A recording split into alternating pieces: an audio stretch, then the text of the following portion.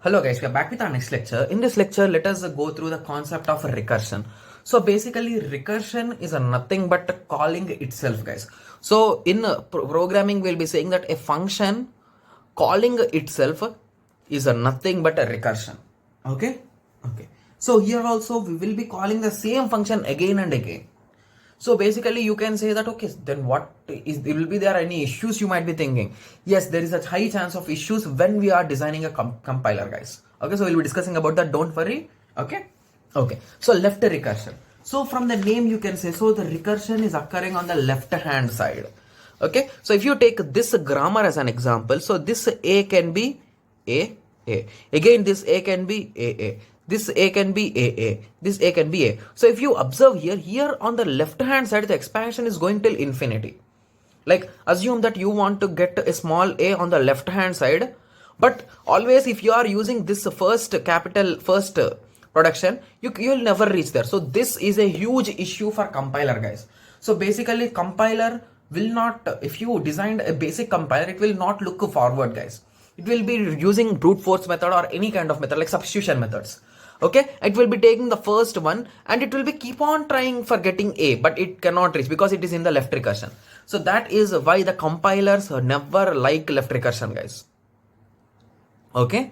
Okay, so the non-terminal a appears as the first symbol on the right hand side of the rule defining a. So if something, okay, let me write it in this way. So if something tends to something with something and something, okay. So here if you observe here, the left hand side LHS and the right hand side's leftmost symbol both are same.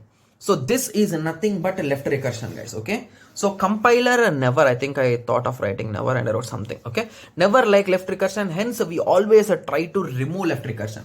So once I told we can remove left recursion, your question will be, okay, then say me how can I remove it, right? Yes, so the format will be in this way, guys. A tends to a alpha or beta implies a tends to beta a dash tends to a alpha a dash epsilon. So this is the formula, guys, or you can say this is the trick to remove it, guys. Okay, I think I have written an example. If not, I'll be explaining directly. Okay, okay, so I think I did not write any example, so I'll be explaining here itself, guys. Okay, so assume that our grammar is a tends to a or a, guys. Okay, so guys, please observe carefully. I'll be just explaining the trick, that's it. Okay, so the first thing that you will be doing is write the same LHS implies avoid this recursive part. So this is occurring recursion, right? So just remove it and write the other parts. So a, create a new symbol with a dash, that is nothing but this into dash. Okay, now explain this. A dash tends to, now this is a recursive part, right? So just remove it or just avoid it. So the result will be this is not there means a. Okay, and then write the a dash slash epsilon. So this is the way how you can remove, guys. So this is nothing but the formula, guys, if you observe carefully. So the thing is that I'll be explaining you again so that will be clear for you. Capital A.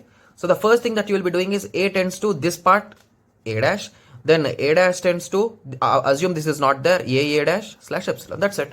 So if you practice once or twice, you will be just remembering the formula, guys. There is nothing in it. Okay. Okay.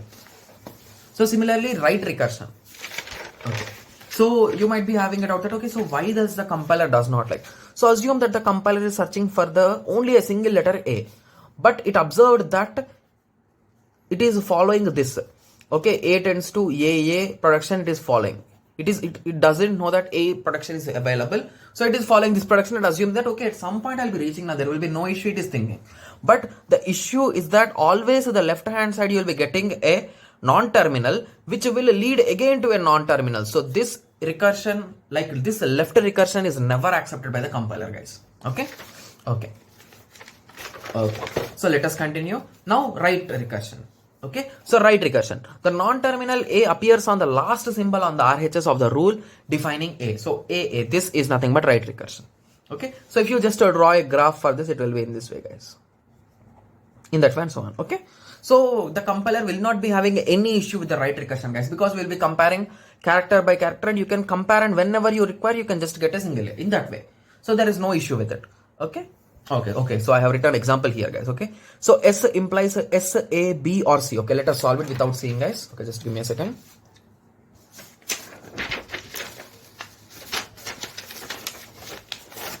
Okay. So it is given that S implies SAB or small c. Okay. Okay. Only one production. Nice. Okay. So the thing that you will be doing is S implies, here there is a recursion. So just avoid it and write the other part with S dash. Okay. Now expand S dash. Avoid this is not there. Assume it is not there. Sorry. And epsilon. That's it. What's there in that? That's it. Simple. Similarly for this also we have written. Okay. So I hope everyone got a 100% clear idea about these all things, right? Yes. Okay. So in the next lecture, we will be discussing about abstract syntax tree, guys. So basically, if you write a small function like a code, you can convert that code into a tree. That tree is nothing but abstract syntax tree, which we will be discussing in our next lecture, guys. Okay. So let us meet in the next lecture. Thank you. Thanks for watching.